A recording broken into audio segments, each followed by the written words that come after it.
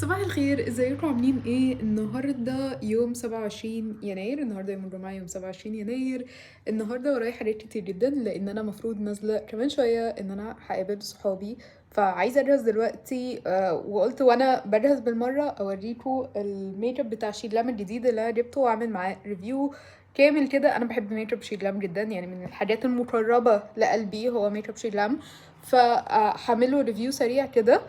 وقبل ما اقابل صحابي بقى انا عايزه انزل اروح المول، لان بكره عيد ميلاد ماما وانا عايزه اجيب لها هديه. بس موطيه صوتي عشان هي حتى ما تسمعنيش، لان ماما لو سمعت ان انا عايزه اجيب لها هديه هترجع تقول لي انتي هديتي في الحياه وانا مش عايزه حاجه وكفايه نقضي اليوم مع بعض، وكلام الامهات اللي مش بيوكلهم عايش ده. فانا عايزه انزل واجيب لها هديه، فمش هقول لها اصلا ان انا نازله. فيس عايزه اجهز دلوقتي، فخلينا ان احنا نروح بقى نعمل سيت اب الميك اب. نقعد كده عند المكان اللي بحط فيه ميك اب، بس ممكن اجيب اضاءه عشان الاضاءه تبقى احسن، وممكن اجيب الميك اب بتاع شجلام اللي احنا هنعمله ريفيو النهارده.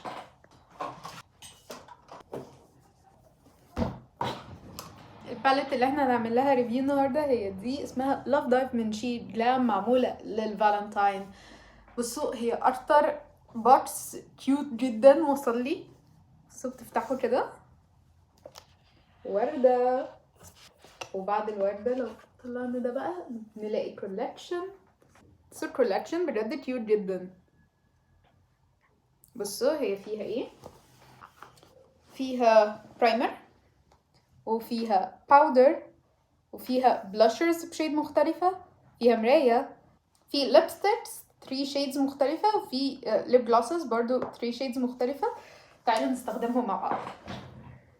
أول حاجة برايمر ده اسمه Love Dive at First Sight Moisturizing Primer. مفروض ان هو بيرطب كتير قوي.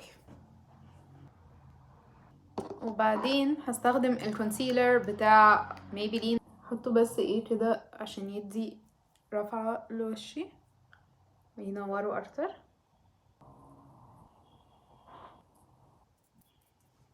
وهسيبه ان هو ينشف شوية عبال ما ارسم حواجبي.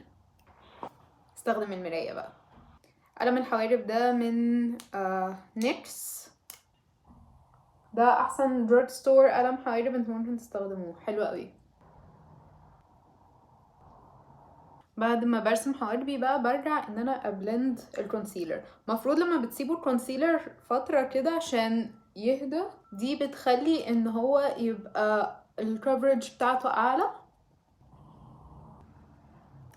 تاني حاجة موجودة معانا هو Love Dive Mattely in Love Lone Wearing Pressed Powder. بصوا من جوه شكله ازاي، وردة جميلة قوي. وبعدين هحط جل الحواجب ده من ميبلين اسمه اكسبرس براو. ده برضو احسن دراج ستور متوفر جل حواجب متوفر في مصر. هو في لون على فكرة انا بشتري اللون بتاعه اش براون، خلي بالكوا يعني وانتوا بتستخدموه ان هو في لون مش ماسكارا شفافة.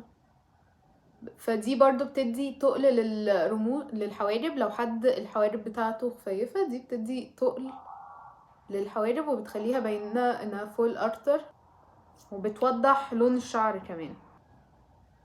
زي ما انا عملت كده غلطة، هنسيبه ينشف. بصوا عامة لما يبقى فيه ماسكارا او جل حواجب او اي حاجة اتعمل على وشكوا بالغلط، سيبوه ينشف وبعدين حطوه، لان انتوا لو عملتوه هو مبلول هيروح مهبب بقى الوش كله.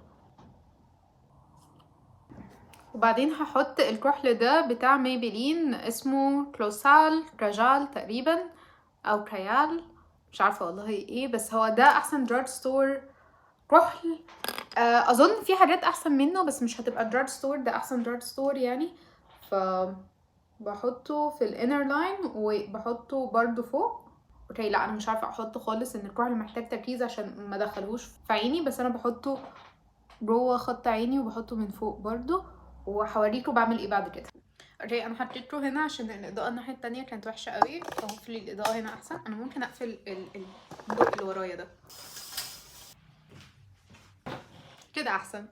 بصوا انا بعد ما بحط الكحل بمشي كده على عيني من تحت وعيني من فوق شويه بشادو اسود، عشان لو الكحل هبب يبقى كله هباب في بعض، وكمان عشان يدي منظر سموكي، لان الكحل ده للاسف هو مش بيجمنتد زي ما انا عايزه.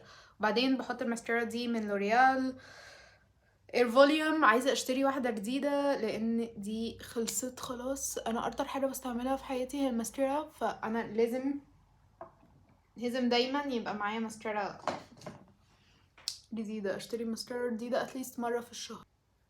انا اصلا بقيت اكتر حاجه بحبها هي الكحل بقى، ده اللوك المفضل بالنسبه لي. كنت زمان بحبه قوي وبعدين بطلت احطه، مش عارفه ليه، تقريبا كنت عايزه ابقى ناتشورال بيوتي، بعدين رجعت احطه تاني، فبقيت على طول حاطه كحل. مش على طول يعني، في الخروج بصراحه مش بروح بيه الشغل، بس عايزه اشتري كحل يبقى يعني بيجمنتد اكتر. سمعت ان ماك عندهم كحل بيجمنتد قوي، فممكن اشتري بتاع ماك الكحل البيجمنتد ده.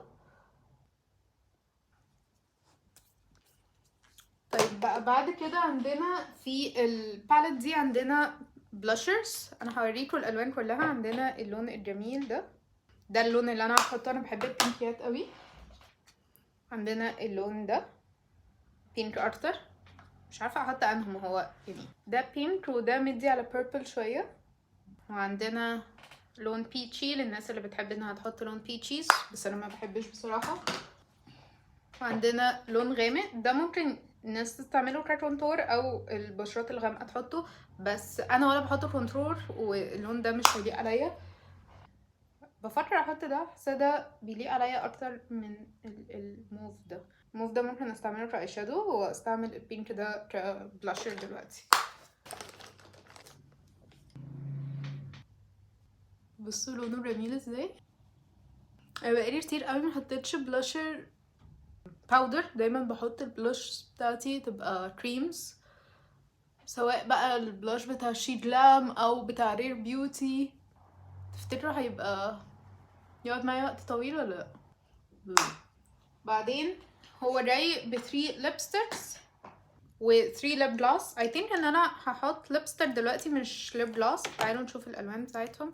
عندنا ده، انا هحط اكتر حاجه بينك. انا مش عارفه انا هلبس ايه لسه، بس انا عارفه ان انا على طول بحط بينك، يعني انا بحب البينك. عندنا ده، عندنا ده محمر شويه، ده البينك.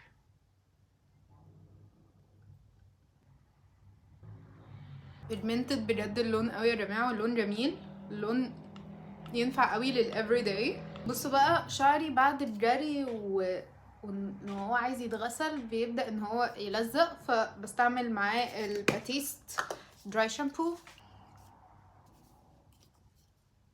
هعمل كده اهو، تداروه كويس قوي عشان بيدي لطشة شعر ابيض كأن شعركم ابيض. بعدين بقى تسرحوا شعركم، هيدي لمعة شعركم كأنكم لسه عاملين الشعر من اول وجديد. بجد الدراي شامبو ده اختراع سحري. بصوا ده بتاع باتيست. جهزت برضو، هو ده الطقم اللي انا لبست البلوفر ده وعليه الستيتمنت بيس بتاعت الطقم، الجاكيت ده من موتيف، وحطيته على البنطلون الابيض والبوت البيضاء. همسك الشنطه دي عليها. بصوا هقول لكم الترتيب بتاعت خطه النهارده عشان حصل تغييرات كتيره قوي. انا اولا اكتشفت ان انا عندي شغل، فخلصت الشغل ده متاخر، فما بقاش فيه وقت، فاللي هو ايه، انا لازم انزل مع اصحابي على طول. فصاحبتي عندها ميتنج بزنس ميتنج يعني، قلت احضره معاها، وبعدين نطلع على سوان، على مكان جديد هجربه جديد اسمه كيك كافيه. ده في سوان ليك في التجمع، اول مره اروحه، بس لقيت المكان. بصوا انا اصلا اخترته ليه، هي صاحبتي قالت لي على كذا اسم مكان، وده اسمه عجبني، كيك كافيه، اسم كرييتيف كده، او انا كنت جعانه وكان نفسي في كيك فاخترته عشان كده، بس اخترته. وبعدين دخلت على الانستجرام لقيت ان المكان شكله حلو قوي ورايق قوي، هيبقى جامد يعني. وبعدين بقى بالليل هطلع على كايرو فيستيفال سيتي ادور هديه لماما، ولو في وقت كنت لسه عندي صحة وطاقة برضو هوريكم الحاجات اللي في السيل في المحلات. وصلت ووتر واي. انا بجد بحس ان الكيرلي دايما بيجي على الشتوي ده بيحس لا شكلك حلو قوي كده، احمرينا قوي. لا يا جماعة دي هنا، دي اللي انا قلت لكم عليها اللي بتبقى مدربة يوجا. تقعد تعمل لنا حركات يوجا بقى. she's so cute ومليانة طاقة كده، بتشعل طاقة. بحبك والله يا بجد يا جماعه. لا هي اسراء دي جميله سبورتيف بطريقه I love تحفه you بجد. وهنا برضو هي اللي بتقول لنا دايما على الاماكن اللي نخرج فيها. هي ما شاء الله عندها حصيله اماكن، فهي اللي قايله لنا على كيك كافيه اللي احنا رايحينه دلوقتي. حلوه قوي. عنده اكل بس عشان انا اديت فاتيه كده في الواتساب جروب وحاجات درينكس كل الحاجات. اصبروا بس عليا، انا هعمل لكم هبقى فود ريفيور هو كمان كيك شويه. كافيه فالكيك بتاعه حلو قوي. خلصت دلوقتي مع اصحابي وطلعت على بوينت 90 عشان اشوف H&M. فليتس سي لو H&M عامل سيل، يبقى سيل كويس ولا لا على الحاجات الشتوي، عشان يعني يا ريت يبقى عامل سيل كويس، لان كمان حاجات H&M بتبقى حاجات بيزكس تقدر انها تقعد معانا وقت طويل.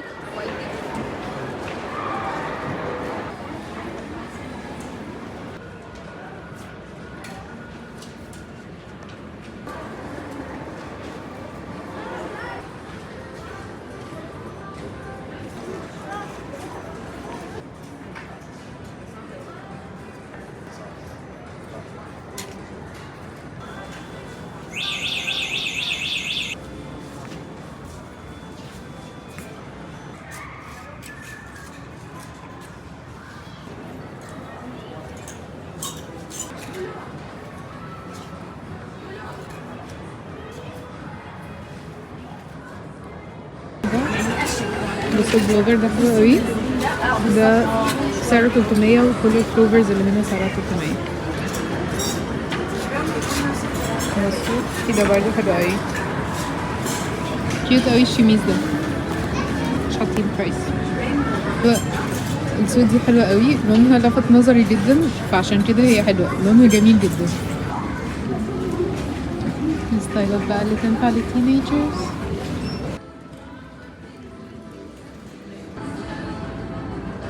اللون بتاعها كيوت قوي،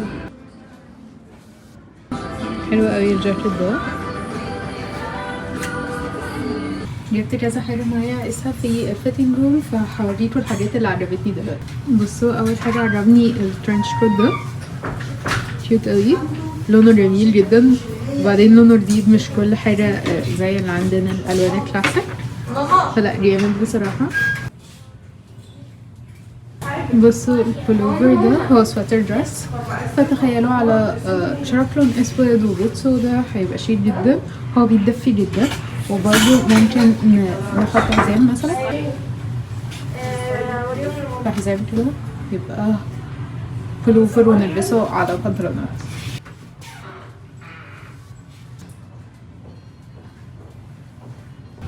بصوا بيبقى فيه الاوفر سايز سواتر ده مش ستايلي، فشوفوا انتوا لو ستايلكم اللون بتاعه حلو جدا. بصوا ده الحاجات اللي طالعه ترندي جدا، حلو قوي.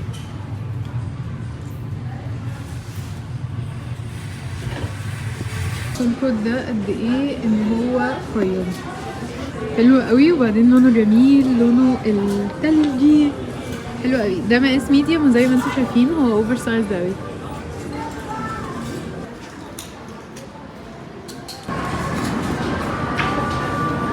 حلو قوي الجاكيت ده، قيم جدا. جماعة السواترز دي بتبقى كيوت قوي، في منها الكريم برضو. جماعة بعد ما خلصت H&M روحت، بس حبيت بس قبل ما انهي الفيديو ان انا اقول لكم thank you so much ان انتوا اتفرجتوا على الفيديو ده، وتصبحوا على خير. باي باي.